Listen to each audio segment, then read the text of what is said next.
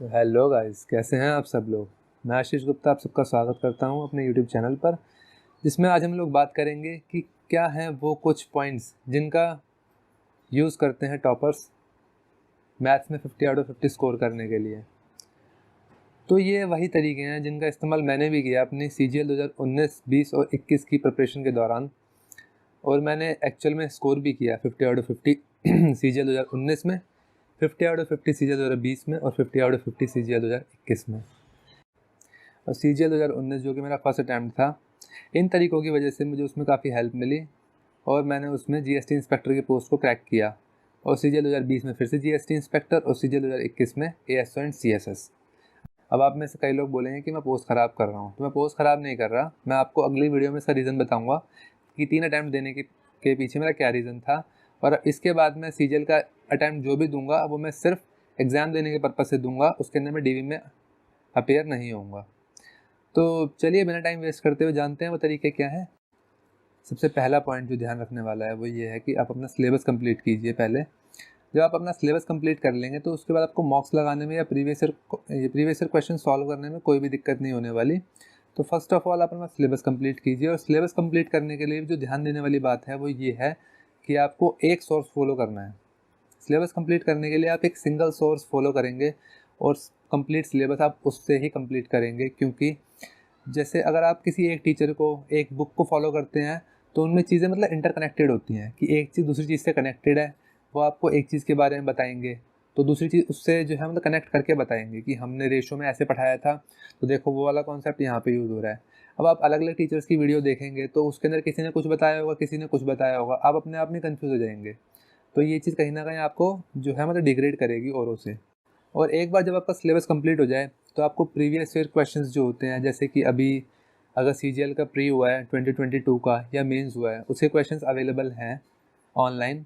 आप कहीं से भी उनको ले सकते हैं, या बुक्स भी आती हैं मार्केट में, उनके लिए बुक्स भी अवेलेबल है, जैसे कि पिनाकल की और किरण की बुक्स हैं मार्केट में अवेलेबल, जिनको आप ले सकते हैं, जिनमें कंप्लीट प्रीवियस ईयर क्वेश्चंस होते हैं। और उनमें आप लेटेस्ट ही करें, मतलब TCS से पहले का तो आप ना करें, कम से कम 2018 से के बाद के क्वेश्चन आप सॉल्व कर सकते हैं। तो और SSC के अंदर ना ये चल रहा है आजकल कि SSC क्वेश्चंस रिपीट करती है। ऐसा नहीं है कि जो पिछले साल आया वो रिपीट कर देगी, पर 3-4 साल पहले के क्वेश्चंस रिपीट होते हैं, तो आप कर सकते हो। और लेटेस्ट क्वेश्चन करना मस्त है, क्योंकि तरीके एग्जाम में वही फॉलो होते हैं क्वेश्चन सॉल्व करने के लिए। ठीक है, तो ये तो फर्स्ट पॉइंट है, आपको अपना सिलेबस कंप्लीट करना है और किसी एक सोर्स से कंप्लीट करना है। सेकंड पॉइंट है कि आपको प्रीवियस ईयर क्वेश्चन सॉल्व करने हैं अपना सिलेबस कंप्लीट करने के बाद। और थर्ड पॉइंट है, जब आप प्रीवियस ईयर क्वेश्चंस भी काफ़ी सारे लगा लोगे, जब एग्ज़ाम आने वाला हो 1 महीने या फिर 2 महीने पहले आप मॉक्स लगाना स्टार्ट करें।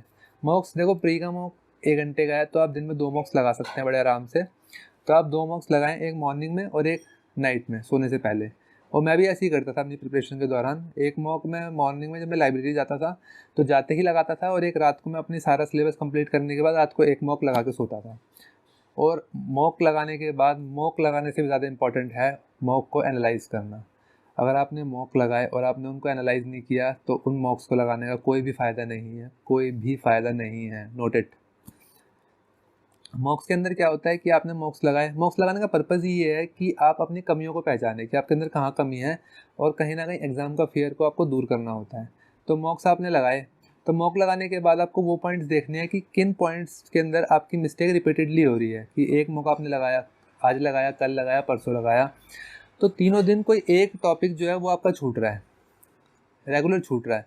तो आप उसको मतलब पॉइंट आउट करें और उसको निकालें, और उस टॉपिक का जो कॉन्सेप्ट है वो दोबारा से पढ़ें। तो जिस टीचर को आप फॉलो कर रहे हैं उससे पढ़ें। ये ना सोचिए कि भाई अभी ये वाले टीचर का मैंने पढ़ा, ये तो समझ में आया नहीं, मैं दूसरे टीचर को फॉलो करता हूँ, मैं उससे पढ़ता हूँ ये वाला टॉपिक। नहीं, आप उसी टीचर का पढ़ें। हो सकता है आपको फर्स्ट टाइम में ना आया, आपको सेकंड टाइम में ज़रूर समझ में आएगा।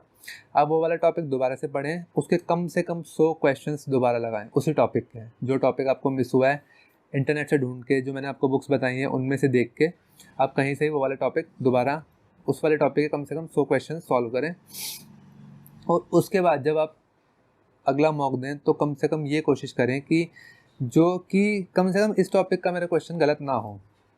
कि और जो टॉपिक्स हैं उनको तो आप नॉर्मल दे रहे हो, लेकिन इस टॉपिक का अगर क्वेश्चन आया है तो वो अगर आपका 10 सेकंड में नहीं हो रहा, उसमें अगर आपको 2 मिनट लगानी पड़ रही है तो आप लगाइए, कोई बात नहीं। अभी आज 2 मिनट लगी हैं तो कल जो है 20 सेकंड भी लगेंगे उस क्वेश्चन में। तो आप उसको लगाइए, सॉल्व करिए, और इस तरीके से अलग अलग टॉपिक पॉइंट आउट करते करते एक टाइम ऐसा आएगा कि आप मॉक्स में अच्छा स्कोर करने लगेंगे। और जो लास्ट पॉइंट है मैथ्स में 50 आउट ऑफ 50 स्कोर करने के लिए, वो ये है कंसिस्टेंसी। अगर आप कंसिस्टेंट हैं, डेली आप कर रहे हैं, तो आपको मैथ्स में अच्छा स्कोर करने से कोई भी नहीं रोक सकता। और अगर आपने ये सोचा कि मैंने सिलेबस कंप्लीट कर लिया, मैंने प्रीवियस ईयर क्वेश्चंस कर लिए, मैंने कुछ मॉक्स भी लगा लिए, मेरा स्कोर अच्छा नहीं लग गया, तो अब मैं इसकी प्रिपरेशन छोड़ के किसी दूसरे सब्जेक्ट में लग जाता हूँ, तो ये सबसे बड़ी मिस्टेक है। आपकी जो भी प्रिपरेशन की पहले की मेहनत थी वो सब ख़राब हो जाएगी इसमें।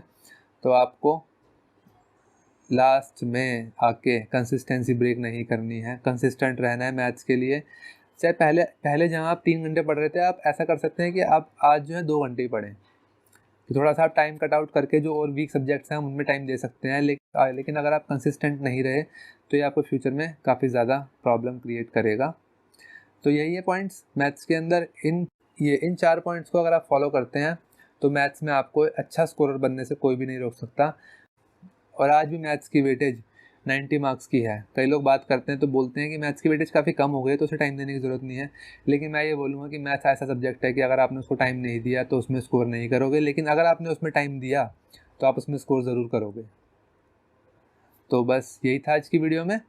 और आपके कोई भी क्वेरीज हो, कोई भी डाउट्स हो, आप नीचे कमेंट सेक्शन में कमेंट करके पूछ सकते हैं, या इंस्टा मुझे फॉलो करके वहाँ भी पूछ सकते हैं। इंस्टा ID मैंने डिस्क्रिप्शन में दी हुई है। तो मिलते हैं नेक्स्ट वीडियो में, तब तक के लिए बाय बाय, टेक केयर। तो हेलो गाइस, कैसे हैं आप सब लोग। मैं आशीष गुप्ता आप सबका स्वागत करता हूं अपने यूट्यूब चैनल पर, जिसमें आज हम लोग बात करेंगे कि क्या हैं वो कुछ पॉइंट्स जिनका यूज़ करते हैं टॉपर्स मैथ्स में 50 आउट ऑफ 50 स्कोर करने के लिए। तो ये वही तरीके हैं जिनका इस्तेमाल मैंने भी किया अपनी CGL 2019, 20 और 21 की प्रिपरेशन के दौरान, और मैंने एक्चुअल में स्कोर भी किया 50 आउट ऑफ 50 CGL 2019 में, 50 आउट ऑफ 50 CGL 2020 में, और 50 आउट ऑफ 50 CGL 2021 में।